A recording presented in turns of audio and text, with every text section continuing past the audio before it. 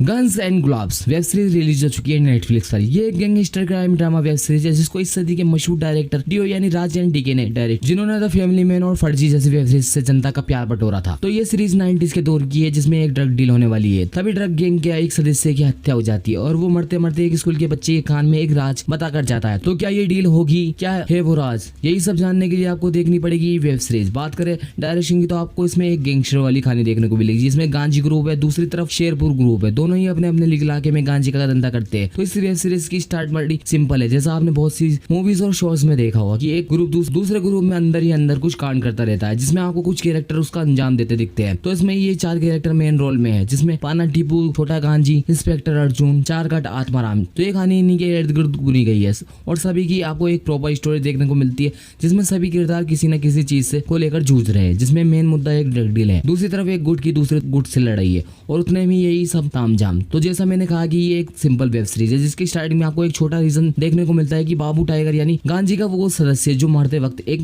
राज छुपा गया। बाकी ऐसा कुछ नहीं आता जो आपको इस वेब सीरीज को देखने पर मजबूर करे। तो कहने का मतलब यही है कि एक इवेंट के बाद की ये आपको इसमें सारे कांड देखने को मिलेंगे, जिसमें कुछ ऐसा नहीं था जिससे आप वेब सीरीज को आगे देखना चाहे। वैसे आते रहते हैं इसमें कुछ रीजन, पर वो ऐसे नहीं थे कि भाई अब उसको देखा ही जाए। तो जब स्टार्टिंग में ही आपको कोई रीजन नहीं मिलता तो फिर आप आगे देखना ही क्यों चाहोगे। फिर भी आगे कुछ ट्विस्ट आपको देखने को मिलेंगे जो शो को एक कदम आगे बढ़ाने का काम करते हैं और ऐसे ही धीरे धीरे करते हुए ये शो अपनी एंडिंग पर पहुंच जाता है, जो मुझे तो पर्सनली कुछ खास नहीं लगा। क्योंकि हो सकता है कि जब शुरुआत ही ऐसी हो तो एंडिंग में मुझे मजा नहीं आया। वो बोलते हैं ना, first impression is last impression. तो कुछ ऐसा ही ये वेब सीरीज के साथ मेरे साथ हुआ। बाकी वेब सीरीज में 90s का जो दौर है, इसके सॉन्ग से लेकर गाड़ी तक में आपको देखने को मिलेगा। और वो जो 90s में गली गली में तमाशे होते थे और बच्चों में वो खेल तमाशे होते थे, वो आपको देखने को मिलेंगे, जिसको देखकर थोड़ा बहुत दिल खुश हुआ। बाकी आप कॉमेडी के लिए सोच रहे हो तो हाँ, कॉमेडी अच्छी है जो ज्यादातर आपको गाली के साथ ही देखने को मिलेगी और हंसी भी आएगी तो आपको गालियों के ऊपर ही। और एक्शन वो गन्स फाइट में ही ज्यादा देखने को मिलता है। थोड़ा बहुत गैंग्सो वासीपुर वाली फील आती है, या फिर आप कह सकते हो 90s का की मूवीज वाली। तो ओवरऑल इस वेब सीरीज का डायरेक्शन सिंपल है, इंगेजिंग नहीं, आपको ये कोई एक रीजन नहीं देती जिससे आप इसको देखना चाहे। और सीजन 1 की एंडिंग ऐसी है, आगे मेकर्स बढ़ाना चाहे तो बढ़ा सकते हैं या तो नहीं। और बाकी मेरे हिसाब से तो ये सीजन 1 के बाद ही कैंसिल हो जाएगा, क्योंकि जब सीजन 1 का देखने का ही ऑडियंस के पास रीजन नहीं है तो सेकंड में क्या होगा। बात करें सिनेमेटोग्राफी की तो कलर टोन ठीक ठाक है, कुछ जगह पर लगती है 90s वाली। बाकी कुछ